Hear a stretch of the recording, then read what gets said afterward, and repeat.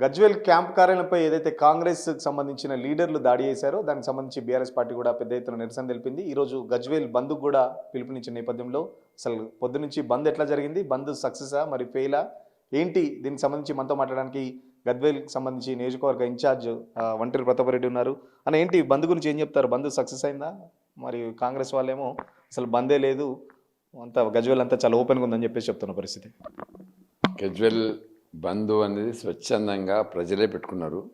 ప్రజలు నిన్న మేము కాల్ చేసినప్పుడు ప్రజలు మేము కూడా ఎక్స్పెక్ట్ చేయాలి. నేను కూడా దాదాపు 30 సంవత్సరాల నుంచి గజ్వెల్లో పనిచేస్తూ ఉన్నా.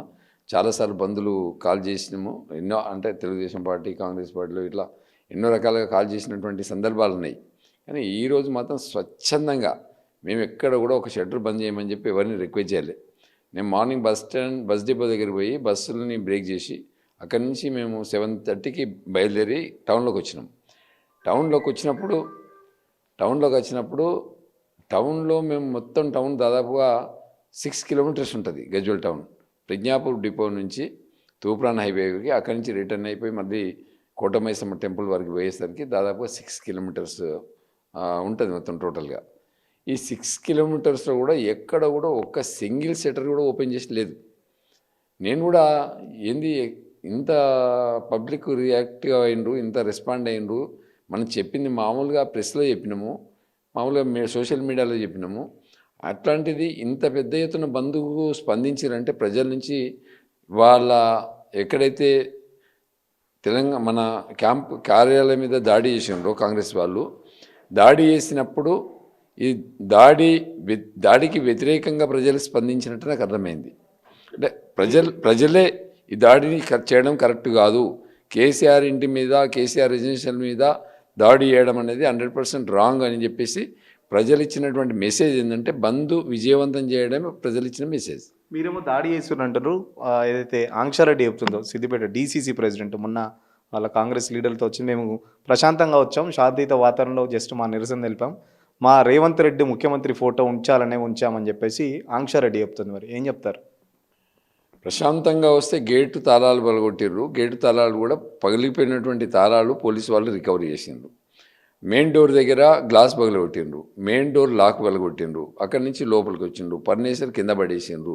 అక్కడ కేసీఆర్ ఫోటో తీసి మళ్ళీ రేవంత్ ఫోటో పెట్టిండ్రు. అంటే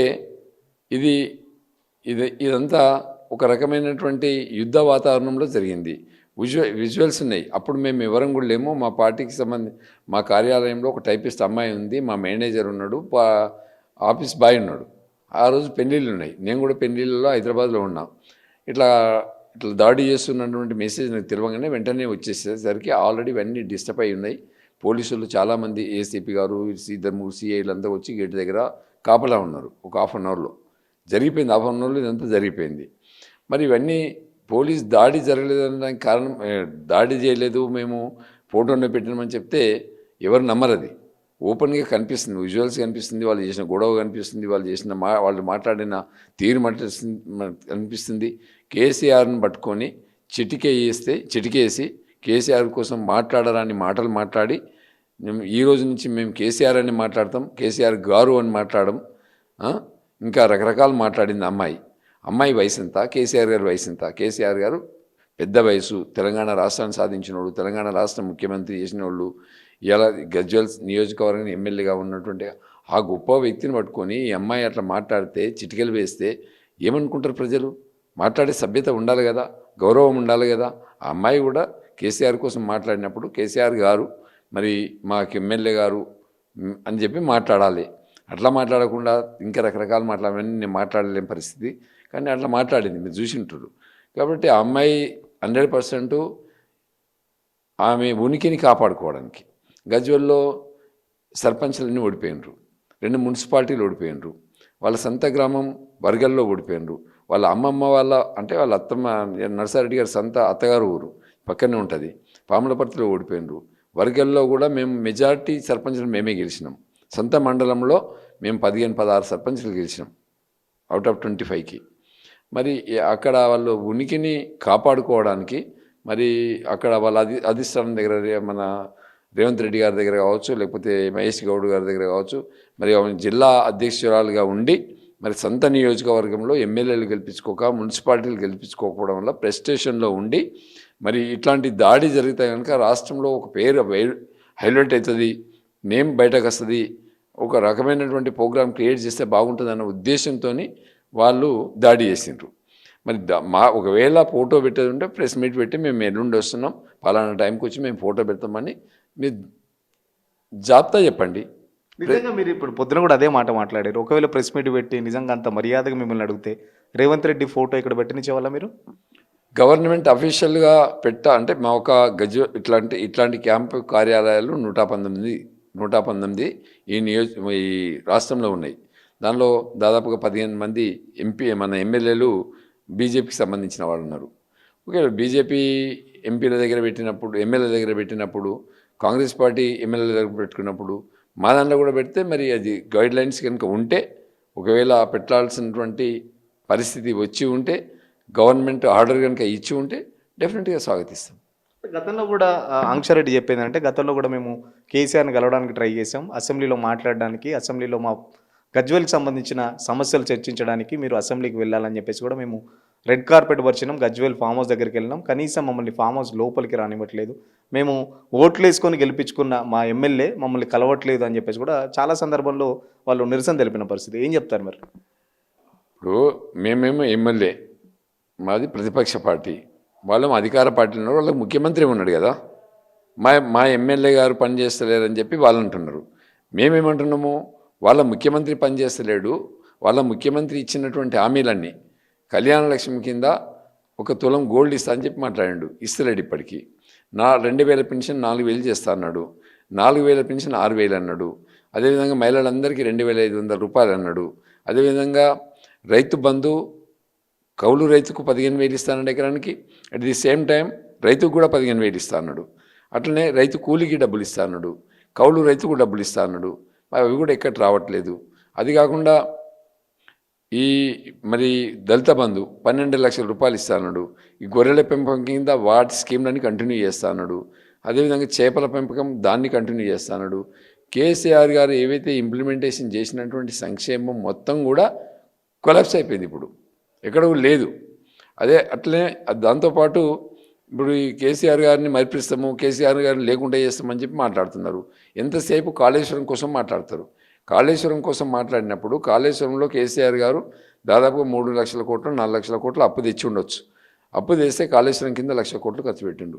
1,00,000 కోట్లు ఖర్చు పెడితే ఇలా మల్లన్న సాగర్ కానీ, రంగనాయక కానీ, మన కొండపోచమ్మ సాగర్ కావచ్చు, ఎల్లంపల్లి కావచ్చు, బిగ్మానేర్ కావచ్చు, మన అనంతగిరిపల్లి కావచ్చు, బస్వాపూర్ కావచ్చు, ఇవన్నీ కూడా ఇలా వాటర్తో నిండి కలకలలాడుతున్నాయి. అంటే ఇవన్నీ కూడా కాళేశ్వరంలో ఒక భాగం. అంటే మేడిగడ్డ, సుందిల్లా, అన్నారం. మేడిగడ్డలో 2 పిల్లలు కుంగినాయి. 2 పిల్లలు కూడా కుంగినాయి అని చెప్పడానికి లేదు.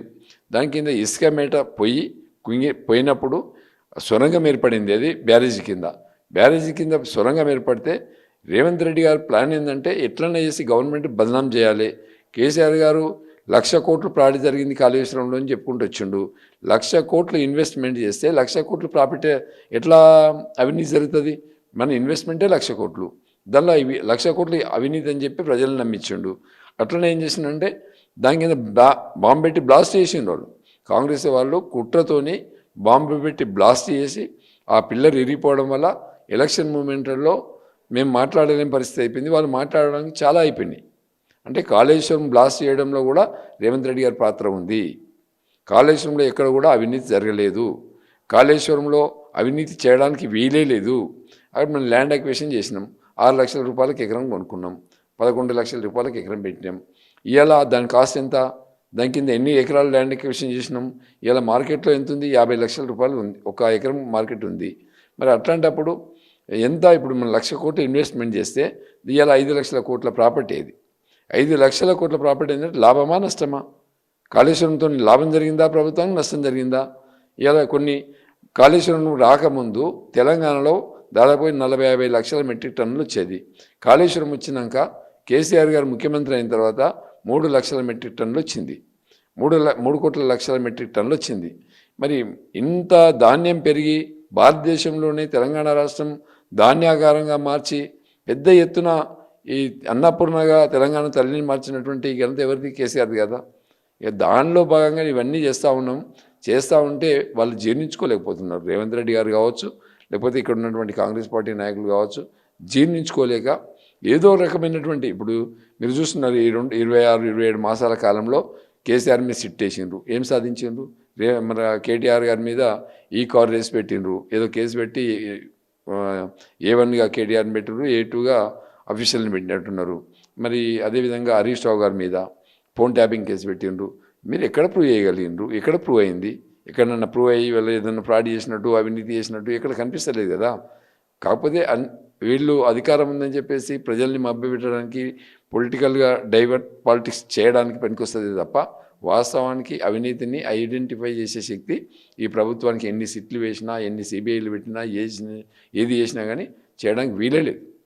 గజ్వేల్లో అంటే సంబంధించి ఇప్పుడు ప్రధానంగా కాంగ్రెస్ పార్టీ చేస్తున్న ఆరోపణ అంటే ముఖ్యమంత్రి కేసీఆర్ గత 10 ఏళ్లలో, సరే అతను ముఖ్యమంత్రి చాలా బిజీగా ఉంటాడు, తెలంగాణ రాష్ట్రం అంతా చూసుకోవాలి, బట్ ఇప్పుడు ముఖ్యమంత్రి లేడు, గజ్వేల్కు మాత్రమే ఆయన ఎమ్మెల్యే, గజ్వేల్కి సంబంధించిన బాగోగులు చూడాలి, ఖచ్చితంగా గజ్వేల్ ప్రజల్ని కలవాలి అని చెప్పేసి వాళ్ళు డిమాండ్ చేస్తున్నారు. ఏం చెప్తారు మరి? దాదాపు 2 సంవత్సరాలు అయిపోయి 3వ సంవత్సరం నడుస్తూ ఉంది. 3వ సంవత్సరం బడ్జెట్ కూడా అయిపోయింది. మరి 3 బడ్జెట్లలో మాకు 5 కోట్ల రూపాయలు ఇచ్చినా 15 కోట్లు రావాలి. ఇప్పటి వరకు సింగిల్ రూపాయి మరి రేవంత్ రెడ్డి గారు ఇవ్వలేదు. డబ్బులు లేకుండా డెవలప్మెంట్ ఎట్లా చేస్తాం? మొన్న మహబూబ్నగర్ ఎమ్మెల్యే వినోద్ గారు మాట్లాడిండు, ఎన్ఎం శ్రీనివాసరెడ్డి గారు మాట్లాడు, వినోద్ కూడా మాట్లాడిండు. అంటే డబ్బులు ఇవ్వకపోవడం వల్ల మేము ప్రజలకు పోలేకపోతున్నాము, డెవలప్మెంట్ చేయలేకపోతున్నాము, మాకు డబ్బులు కావాలి, లేకుంటే అధికార పార్టీ మీదనే మాట్లాడిండ్రు. అట్లనే ఈయన మన కోమటిరెడ్డి రాజగోపాల్ రెడ్డి గారు కూడా మాట్లాడిండ్రు. అట్లనే మన విజయశాంతి గారు మాట్లాడారు. మీ పార్టీకి సంబంధించిన వారే మీరు డబ్బులు ఇస్తలేరు, డెవలప్మెంట్ చేయలేకపోతున్నామని చెప్పి మీ వల్లే స్పష్టంగా చెప్తున్నప్పుడు మేము మీరు డబ్బులు ఇవ్వకుండా మేమేం చేస్తాము? మీరు ఇవ్వండి, మాకు డబ్బులు ఇవ్వాలి. ఇప్పుడు ఇలా అవతల పార్టీ మన కాంగ్రెస్ పార్టీ ఇన్ఛార్జీలు, కాంగ్రెస్ పార్టీ నాయకులు మాట్లాడుతారు కదా, వాళ్ళకి ఏ అధికారం ఉందని చెప్పి, ఏ ప్రోటోకాల్ ఉందని చెప్పి రోడ్డు మీద పోయి కొబ్బరికాయలు కొడుతున్నారు? ఏ అధికారం ఉందని పోయి ఇలా అఫీషియల్గా పనిచేస్తున్నారు? ఇది మీరు ఉల్లంఘన కాదా? చట్టానికి వ్యతిరేకం కాదా? ఎలా మా దగ్గర ఎమ్మెల్సీ ఉన్నాడు, మా దగ్గర ఎమ్మెల్యే ఉన్నాడు, మీరు పని చేయకండి, మీరు రాకండి, మేము చేస్తాం రెడీ ఉన్నాం కదా. మీరే వచ్చి ఎవరు దొంగ చీకట్లో పోయి, రాత్రిపూట పోయి, ఎవరు లేనప్పుడు పోయి కొబ్బరికాయలు కొట్టుడు, దొంగదన్న కొబ్బరికాయలు కొట్టుడు. మన మున్సిపాలిటీ ఎలక్షన్లో సెంట్రల్ గవర్నమెంట్ నుంచి 15 కోట్ల రూపాయలు వచ్చినాయి మున్సిపాలిటీకి. ఈ 15 కోట్ల రూపాయలు సీసీ రోడ్లు టెండర్ లేదు, శాంక్షన్ లేదు, అగ్రిమెంట్ లేదు, ఏం లేదు. ఎలక్షన్ల కోసం మభ్యపెట్టడానికి కొబ్బరికాయలు కొట్టిండ్రు. ఏమైంది? మీరు కొబ్బరికాయలు కొట్టినా కూడా మీరు ఓడిపోయారు. కేసీఆర్ వచ్చి రేవంత్ రెడ్డిని అడిగితే గజ్వేల్ని, ఏదైతే కొడంగల్లా కూడా గజ్వేల్ని తయారు చేస్తా అని చెప్పేసి చెప్తున్నారు. మరి కేసీఆర్ రెడీగా ఉన్నాడా గజ్వేల్ అభివృద్ధి కోసం? ఏమన్నా రేవంత్ రెడ్డిని నిధులకు సంబంధించి ఏమైనా అడుగుతారా మరి? కేసీఆర్ 10 సంవత్సరాల కాలంలో 10,000 కోట్ల రూపాయల డెవలప్మెంట్ జరిగింది. ఇక్కడ 10,000 కోట్ల రూపాయల డెవలప్మెంట్ వాళ్ళ కళ్ళుండి చూడకపోతే కబోదులే వాళ్ళకి అర్థం కాకపోతే మేమేం చెప్పలేము. ఇక్కడ మల్లన్న సాగర్ నిర్మాణం చేయడం వల్ల కొన్ని వేల ఎకరాలకు నీళ్ళు వస్తుంది. కొండపోశం సాగరం చేయడం వల్ల కొన్ని వేల ఎకరాలకు వాటర్ వస్తుంది. హార్టికల్చర్ యూనివర్సిటీ పెట్టుకున్నాం, ఫారెస్ట్ యూనివర్సిటీ పెట్టుకున్నాం, ఒక ఐఓసీ బిల్డింగ్ నిర్మాణం చేసుకున్నాం, రెవెన్యూ డివిజన్ పాయింట్ ఏర్పాటు చేసుకున్నాం. మరి ఇవన్నీ కేసీఆర్ గారు చేసింది కదా. గతంలో కూడా ఇప్పుడు ఏ అమ్మాయి మాట్లాడుతుందో ఆ అమ్మాయి వాళ్ళ ఫాదర్ 5 సంవత్సరాలు ఎమ్మెల్యేగా పనిచేసిండు. 5 సంవత్సరాలకి ఎమ్మెల్యేగా పనిచేసినప్పుడు ఏం డెవలప్మెంట్ చేసిండ్రో ఒక్కటి చెప్పండి. మార్క్ ఉంటుంది కదా. ఎమ్మెల్యేగా ఉన్నప్పుడు నేను చేసిన ఈ డిగ్రీ కాలేజ్ చేసినా, ఇంటర్మీడియట్ కాలేజ్ చేసినా, లేకపోతే ఈ హాస్పిటల్ కట్టినా, లేకపోతే ఈ పెద్ద రోడ్ వేయించినా, ఓ ప్రాజెక్టు తీసుకొచ్చినా, ఓ ఇండస్ట్రీ తీసుకొచ్చినా అని ఉంటుంది. కానీ మరి అతను ఎమ్మెల్యేగా పనిచేసినప్పుడు నరసారెడ్డి గారు ఎమ్మెల్యేగా పనిచేసిండు 5 సంవత్సరాలు. ఏం చేసిండు? ఆయన మార్క్ డెవలప్మెంట్ ఏంది చెప్పండి. ఇప్పుడు ఇలా మేము చేస్తామంటారు కదా, మీరు ఎమ్మెల్యేగా పనిచేసింది కదా, మీ గవర్నమెంట్లో చేసారు కదా. మరి రాజశేఖర రెడ్డి గారు ముఖ్యమంత్రిగా ఉన్నప్పుడు మీరు పనిచేసిండ్రు, ఏం చేసిండ్రు? ఎక్కడుంది? పలానా వరకు పలానా వాడు చేసిందని చెప్పుకోవడానికి ఉండాలి. అది లేదు కదా. మరి మీరే ఏం చేయలేదు. ఇవాళ మేము ప్రతిపక్షంలో ఉన్నాము, మీ ప్రభుత్వం డబ్బులు ఇస్తలేదు, ఇయ్యనప్పుడు మేమేం చేస్తాం? మేము గతంలో శాంక్షన్ ఇచ్చినాం. ఇక్కడ దాదాపు పెండింగ్ వర్కులు ఉన్నాయి. పెండింగ్ వర్కులను కూడా దాదాపు 85 ఫంక్షన్ హాల్ పెండింగ్లు ఉన్నాయి. 85 గ్రామాలలో ఫంక్షన్ హాల్ నిర్మాణం చేసినాం పేదవాళ్ళ కోసం. అవన్నీ కూడా పెండింగ్లో ఉన్నాయి. వాటికి కూడా మేము 60 కోట్ల రూపాయలు ఇచ్చినాం. అట్లనే ఇక్కడ మళ్ళీ మన రింగ్ రోడ్ ఉంది, దానికి కొన్ని డబ్బులు ఇచ్చినాం. మహిళా బిల్డింగ్స్ ఉన్నాయి, డాక్రా బిల్డింగ్స్ ఉన్నాయి. అట్లనే కొన్ని గ్రామాలలో సీసీ రోడ్స్ ఉన్నాయి, డ్రైనేజ్ ఉంది, అండర్ గ్రౌండ్ డ్రైనేజ్ ఉంది. ఇట్లా మేము 185 crores శాంక్షన్ ఇచ్చినాం. 185 crores శాంక్షన్ ఇస్తే ఈ గవర్నమెంట్ రాగానే వాడిని వెంటనే ఆ ప్రొసీడింగ్స్ అన్నీ కూడా క్యాన్సిల్ చేసేసారు. టెండర్ అయిపోయిన వాటిని మొత్తం క్యాన్సిల్ చేసారు. క్యాన్సిల్ చేసి తర్వాత మరి ఆ వర్కులన్నీ కూడా పెండింగ్లో ఉన్నాయి. ఇవాళ మా డిమాండ్ ఏంటంటే ప్రజ్ఞాపూర్లో బస్ స్టాండ్ ఉంది, గజ్వేల్లో రింగ్ రోడ్ ఉంది, ఇట్లా దాదాపుగా అన్ని నియోజకవర్గంలో 185 కోట్లు మేము గతంలో ఇచ్చినవన్నీ ఇస్తే కంప్లీట్ అయిపోతాయి. ఇవన్నీ మీరు క్యాన్సిల్ చేశారు కదా, మీ ముఖ్యమంత్రి కదా, కేసీఆర్ గారు శాంక్షన్ చేసినాయి కదా, మళ్ళీ పోయి మీరు క్యాన్సిల్ చేసిన ఓపెన్ చేసి రీ శాంక్షన్ తీసుకొచ్చి మళ్ళీ టెండర్ పెట్టి మళ్ళీ అగ్రిమెంట్ చేసి మీ ఇష్టం వచ్చినట్లుకి ఇచ్చుకోండి. ఆ పనులు అయితే కంప్లీట్ చేయండి. గతంలో సిద్దిపేటకు సంబంధించి కార్యాలయం హరీష్ రావు కార్యాలయం మీద దాడి చేసిన పరిస్థితి, ఈరోజు డైరెక్ట్ కేసీఆర్ కార్యాలయం మీద, గతంలో చూసుకుంటే బీఆర్ఎస్ పార్టీకి సంబంధించిన ఆఫీసుల మీద కూడా దాడి చేస్తున్నారు. ఎట్లా చూస్తున్నారు? కంప్లీట్ అంటే దాడులకు వాళ్ళు దిగబడుతున్నారు, మీరేమో చాలా లైట్గా తీసుకుంటున్న పరిస్థితి, నిరసన తెలుపుతున్నారు. కానీ ఇంకా కార్యకర్తలు, నేను చాలామంది కార్యకర్తలతో మాట్లాడినా, ఇంకా టఫ్ ఫైట్ ఇస్తలేరు కాంగ్రెస్కి, అందుకే వరుస దాడులు చేస్తున్నారు మా మీద, మా నాయకులు చాలా లైట్గా తీసుకుంటున్నారు అని చెప్పేసి కూడా కొంతమంది కార్యకర్తలు చెప్తున్నారు. మేము వాళ్ళు వ్యతిరేకంగా పనిచేసిండ్రు, వాళ్ళకి మాకు డిఫరెన్స్ ఉంది. మా కేసీఆర్ గారు సిన్సియర్గా బతకాలి, సిన్సియర్గా ఉండాలని చెప్పి మాకు కేసీఆర్ గారు చెప్పిండ్రు. వాళ్ళకు రేవంత్ రెడ్డి ఏం చెప్పిండు, అసెంబ్లీలో చూసినాం కదా మనం, రేవంత్ రెడ్డి గారు మాట్లాడిన తీరెట్లో ఉందంటే మా వెనకాల కూడా ఠాగూర్ ఉన్నాడు, కండలు తిరిగి ఉన్నాడు, గుండా మాదిరిగా ఉన్నాడు, ఎప్పుడంటే అప్పుడు ఎవరినంటే వాళ్ళని దాడి చేస్తామని చెప్పి రేవంత్ రెడ్డి గారు చెప్పిండ్రు. దాన్ని రేవంత్ రెడ్డి గారు చెప్పిన మాటలు పట్టుకొని రాష్ట్రంలో ఉండే కాంగ్రెస్ పార్టీ మూకలన్నీ కూడా గుండాయిజం చేయడానికి ఫోటోలు పట్టుకొని మంది ఇళ్ళ మీద ఫోటోలు పెట్టుకోవడానికి బయలుదేరి వస్తూ ఉన్నారు. కానీ ముఖ్యమంత్రి అనే వ్యక్తి ప్రజలకు కానీ వాళ్ళ పార్టీ నాయకులు కానీ క్రమశిక్షణ నేర్పాలి. క్రమశిక్షణ లేకుండా గుండాయిజం నేర్పుతున్నాడు. ఒకవేళ ఫోటోలు పెట్టాలనుకుంటే ఇలా బట్టి విక్రమార్క ప్రగతి భవన్లో ఉన్నాడు, ఆయన అఫీషియల్ డిప్యూటీ సీఎం తెలంగాణ. మరి ఆయన ఇంట్లో నరేంద్ర మోడీ గారి ఫోటో ఉన్నదా? సీతక్క కూడా అక్కడే ఉంటుంది, వాళ్ళ ఇంట్లో నరేంద్ర మోడీ గారి ఫోటో ఉందా? 8 మంది ఎంపీలు కాంగ్రెస్ వాళ్ళు గెలిచిండ్రు, ఢిల్లీలో వాళ్ళందరికీ క్వార్టర్స్ ఇచ్చిండ్రు. ఆ క్వార్టర్, ఇది కూడా ఒక క్వార్టర్ కిందకే లెక్క, ఇది కూడా ఒక రెసిడెన్షియల్ హౌస్, ఇది వాళ్ళకు కూడా రెసిడెన్షియల్ హౌస్ ఇచ్చిండ్రు. దానిలో నరేంద్ర మోడీ ఫోటోలు ఉన్నాయా?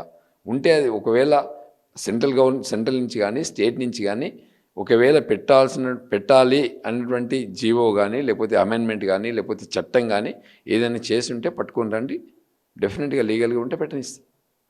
లేకుండా తీసుకొస్తే పరిస్థితి తీవ్రంగా ఉంటుంది.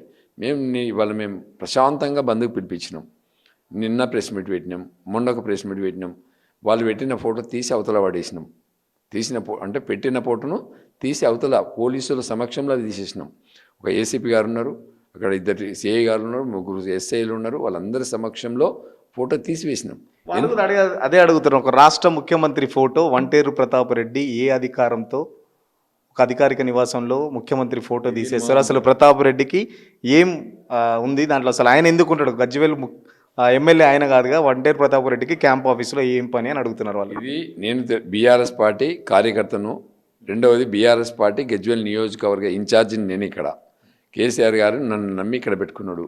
ఈ ఇంటికి ఈ కాంపౌండ్లో ఉండే వాతావరణానికి గజ్వేల్ నియోజకవర్గానికి ఎలాంటి నష్టం వచ్చినా లాభం వచ్చినా బాధ్యుని నేను. కేసీఆర్ ఫోటో అనఫిషియల్గా పెట్టినప్పుడు తీసి పడేసాల్సినటువంటి బాధ్యత నాకున్నది. అంటే కేసీఆర్ గారు నమ్మి నాకు ఇక్కడ పెట్టుకున్నాడు. ఆయన పెట్టినప్పుడు, ఆయన నమ్మినప్పుడు ఆయన నా బాధ్యత నేను చేయాలా వద్దా? నువ్వు ఎట్లా పెడతావు? నువ్వు ఫోటో పెట్టదు, నీకేం రైట్స్ నీ ఫస్ట్ ఒకవేళ ఫోటో పెట్టాలనుకుందాం, కలెక్టర్ గారు ఏం చేస్తున్నారు? కలెక్టర్ గారు రమ్మని చెప్పండి, ఆర్డీఓని రమ్మని చెప్పండి, అఫీషియల్గా వచ్చి మాట్లాడమని చెప్పండి. ఏ రైట్స్ ఉన్నాయో, ఏ పేపర్ ఉందో తీసుకొని రా, చూయించు, పెట్టు. అన్అఫీషియల్గా మాట్లాడితే ఎట్లా? మీ నోటికి వచ్చినట్టు మాట్లాడితే ఎట్లా? మీ జాగిరి కాదు కదా ఇది. తెలంగాణ రాష్ట్రం అంటే మీదేమో జాగిరా? మీ తాత సొమ్మ, మీ నాన్న సొమ్మ? ఇదేమన్నా? ఇది ప్రజల సొమ్ము. ప్రజల కోసం ఎలక్ట్ అయినటువంటి వ్యక్తి ఎవరు? కేసీఆర్ గారు. ఆయన ఉండే హౌస్ ఇది, ఆయన ఉంటాడు, ఆయనకు సంబంధించిన వ్యక్తులు ఉంటారు ఇక్కడ. ఆయన పార్టీని, ఆయన సంస్కారాన్ని కాపాడే వాళ్ళు ఇక్కడ ఉన్నాం. ఆయన సంస్కారం కోసమే ఆయన ఫోటో పెట్టిన, అవతల వాడి ఫోటో పెట్టారు కాబట్టి మేము తీసి అవతల పడేసినాం. దాంట్లో ఎవరికి భయపడాల్సిన అవసరం లేదు, వాళ్ళకి సంజాయిషి ఇవ్వాల్సినటువంటి అవసరం కూడా లేదు. వాళ్ళకి నేను చెప్తే సెన్స్ లేదు. ఒకవేళ సెన్స్ కనుక ఉంటే అఫీషియల్గా వచ్చి పెట్టియండి. మీ ప్రభుత్వం ఉంది కదా, ముఖ్యమంత్రి రేవంత్ రెడ్డిని వచ్చి పెట్టమని చెప్పండి, రమ్మనండి, నేను మాట్లాడతా రేవంత్ రెడ్డిని. లేకపోతే మీ మంత్రుల్ని వాళ్ళని రమ్మని చెప్పండి, లేకపోతే మీ కలెక్టర్ గారు రమ్మని చెప్పండి. ఇక్కడ మీరు ఇష్టం వచ్చినట్టు మేము ఫోటో పెట్టినాము, మేము పెడతాము, మేము పెడతాము, మేము గతంలో రేవంత్ రెడ్డితో మీరు కలిసి పనిచేసారు. నిజంగా చూసిర్రా ఎప్పుడన్నా? అంటే రేవంత్ రెడ్డి కనుసన్నలోనే ఇదంతా నడుస్తుంది. రేవంత్ రెడ్డి ఏదైతే మాట్లాడుతారో దానికి సంబంధించి రెచ్చిపోయి ఇక్కడ కాంగ్రెస్ కార్యకర్తలు చేస్తున్నారని చెప్తున్నారు. మీరు రేవంత్ రెడ్డితో కలిసి పనిచేసినప్పుడు ఇటువంటి బిహేవియర్ ఎప్పుడన్నా గతంలో చూసిరా రేవంత్ రెడ్డికి సంబంధించి? ఎప్పుడైనా ఒక పార్టీలో ఉండి పనిచేస్తున్నప్పుడు పార్టీ గైడ్లైన్స్ ప్రకారమే పనిచేస్తాం. తెలుగుదేశం పార్టీలో నేను రేవంత్ రెడ్డి కలిసి పనిచేసినప్పుడు రేవంత్ రెడ్డి గారి గైడ్లైన్ కాదు, తెలుగుదేశం పార్టీ గైడ్లైన్లో ఆ రోజు మాకు బాస్ చంద్రబాబు నాయుడు గారు ఉన్నారు. చంద్రబాబు నాయుడు గారి కనుల సన్నుల మేరకే మేము పనిచేసినాం. కాబట్టి తెలుగుదేశం పార్టీ ఇక్కడ మల్లన్న సాగర్ కడితే మల్లన్న సాగర్ కట్టమన్నాం మేము. మల్లన్న సాగర్లో మునిగిపోయే రిహాబిటేషన్ ఏదైతే ఇస్తున్నామో అంటే వాళ్ళకి ఇవ్వాల్సినటువంటి రిహాబిటేషన్ కోసం మేము ఫైట్ చేసినాం. ఆ రోజు రేవంత్ రెడ్డి ప్రతిపక్షంలో ఉన్నాం తెలుగుదేశం పార్టీ. మేము ఇక్కడికి వచ్చినాం, అది మల్లన్న సాగర్ తీసుకొచ్చి మల్లన్న సాగర్లో నిరాహార దీక్ష చేయించి దాదాపుగా ఆ రోజు 20,000 మందికి భోజనం పెట్టి 48 hours నిరాహార దీక్ష చేసి ఆ రోజు కూడా రేవంత్ రెడ్డి మాట్లాడిండు. మనం 6 లక్షలు ఇస్తున్నారు ప్రభుత్వము, 12 లక్షలు ఇవ్వాలని చెప్పి డిమాండ్ చేసినాం. ఇక్కడ 12 లక్షలు ఇస్తున్నారు, కొండపల్లి శ్మశానసాగర్లో 24 లక్షలు ఇవ్వాలని డిమాండ్ చేసినాం. మరి ఇలా అధికారంలో వచ్చినాం కదా, మరి రేవంత్ రెడ్డి గారు అధికారంలోకి వచ్చినాక ఆయన ముఖ్యమంత్రి హోదాలో ఉండు. ఆయన కమిట్మెంట్ ఏంది? 6కు 12 ఇవ్వాలి, 12కు 24 ఇవ్వాలి. ఆయన కమిట్మెంటు, ఆయన చెప్పిన మాట ఆయన ముఖ్యమంత్రి హోదాలో ఉండి చేయాలా వద్దా? చేయాలి. మరి ఎందుకు చేస్తలేడు? నేను కూడా రేవంత్ రెడ్డికి వీక్లీ వన్స్ కాల్ చేస్తున్నా. ఆ ఫోటోలన్నీ నా దగ్గర ఉన్నాయి, ఆయన మాట్లాడిన విజువల్స్ అన్నీ నా దగ్గర ఉన్నాయి. ఆ విజువల్స్ అన్నీ కూడా చూయించి మన కమిట్మెంట్ అయినామో, నువ్వు నేను ఇద్దరం కలిసి నిరాహార దీక్ష చేసినామో, వాళ్ళకి ఏదైతే కమిట్మెంట్ అయినామో ఆ కమిట్మెంట్ పూర్తి చేయమని చెప్పడానికి 10 సార్లు కాల్ చేసింది నేను. ఎప్పుడు ఆ జయపాల్ మాట్లాడతాడు, పిఏ మాట్లాడతాడు, మాట్లాడిస్తా అంటాడు, మాట్లాడాడు. ఆయన మాట్లాడాడు. కనీసం ఆయన ప్రతిపక్షంలో ఉన్నప్పుడు మాట్లాడిన మాటకు విలువ లేదా? సరే, కేసీఆర్ అంటే ఎట్లాగూ కలవరు, ఆయన 2 సార్లు ముఖ్యమంత్రి చేశారు. ఇప్పుడు మీరు గజ్వేల్ పార్టీకి సంబంధించి ఇన్ఛార్జ్గా ఉంటున్నారు. సో మీరు రేవంత్ రెడ్డికి 10 సార్లు ఫోన్ చేస్తే లిఫ్ట్ చేయలేదని చెప్తున్నారు. మరి రేవంత్ రెడ్డిని ఏమన్నా డైరెక్ట్గా వెళ్ళి గజ్వేల్కి సంబంధించి ఇప్పుడైతే మీరు కొండపోచమ్మ సాగర్ కానీ లేకపోతే మల్లన్న సాగర్ సంబంధించి నిర్వాసితులకు సంబంధించి ఏమన్నా ప్రత్యేకంగా వెళ్ళి కలుస్తారా ఈ సంబంధితులకు సంబంధించి? అంటే నేను ఒకవేళ రేవంత్ రెడ్డి కలవాలంటే కేసీఆర్ గారు పర్మిషన్ తీసుకుని కలవాల్సి వస్తుంది. కేసీఆర్ గారి పర్మిషన్ లేకుండా నేను పోయి కలవడం కరెక్ట్ కాదు. నేను ఉన్నది బీఆర్ఎస్ పార్టీలో గజ్వేల్ నియోజకవర్గ ఇన్ఛార్జిగా పనిచేస్తున్నా. రేవంత్ రెడ్డి చుట్టం కావచ్చు, ఫ్రెండ్ కావచ్చు, ముఖ్యమంత్రి కావచ్చు, కానీ నా పార్టీ గైడ్లైన్స్ ప్రకారమే నేను ముందుకు పోతా. నేను పోవాల్సి వస్తే కేసీఆర్ గారు చెప్తే నువ్వు వెళ్ళమంటే వెళ్ళి మాట్లాడడానికి రెడీగా ఉన్నాం. కానీ ఆ కేసీఆర్ గారు నాకు పని చెప్పలేదు కదా, చెప్పకుండా నేను వెళ్ళను కదా. నేను ప్రయత్నం చేసిన, ఏది గతంలో నువ్వు ఉన్నప్పుడు మాట ఇచ్చినావు, ఆ మాట ఓవరాల్గా ఫోన్లో చెబుదామన్న ఉద్దేశంతో ట్రై చేస్తున్నా. కలవట్లేదు, మాట్లాడలేదు. సో ఇప్పటికి పులి స్టాప్ అనుకోవచ్చా? ఎందుకంటే వాళ్ళు ఫోటో రాజకీయం చేశారు, మీరు బంద్ పెట్టారు, అయిపోయింది, సక్సెస్ఫుల్గా బంద్ అయితే చేశారని చెప్తున్నారు. సో ఇది ఇప్పటికి అయిపోతుందా? గజ్వేల్లో మళ్ళీ ఇంకా ఏమన్నా ఈ సీన్ క్రియేషన్స్, ఈ దాడులు, ప్రతి దాడులు ఇంకేమన్నా జరుగుతాయా? గజ్వేల్ ప్రశాంతంగా ఉంటుందా లేకపోతే ఇట్లనే కొనసాగుతుంటుందా? మరి మేము ఎప్పుడు కూడా చట్ట వ్యతిరేక కార్యక్రమాలు చేపట్టాం. మేము ప్రభుత్వానికి వ్యతిరేకంగా పోం. మా డిమాండ్స్ అడుగుతూనే ఉంటాం. ఇలా కరెంట్ వస్తలేదు, పొలాలు ఎండిపోతున్నాయి, డెఫినెట్గా ప్రభుత్వం మీద దాడి చేస్తాం, ప్రభుత్వం మీద నిలదీస్తాం, నిలబెడతాం. ఇవాళ వాళ్ళు ఇచ్చిన అటువంటి హామీలు కూడా గ్రామాలలో పోతున్నారు. గ్రామాలలో పోయినప్పుడు గ్రామాలలో ఎవరైనా వాళ్ళ ఎమ్మెల్యేలు కానీ, వాళ్ళ మంత్రులు కానీ, వాళ్ళకి సంబంధించినటువంటి అఫీషియల్స్ ఎవరు వచ్చినా కూడా డెఫినెట్గా క్వశ్చన్ చేస్తాం. ఎందుకు ఇలా వాళ్ళు ఇచ్చిన హామీల మీద ఎందుకు అడగొద్దు? వాళ్ళు చెప్పిన మాటల మీద ఎందుకు అడగొద్దు? మేము డెఫినెట్గా అడగాలి కదా.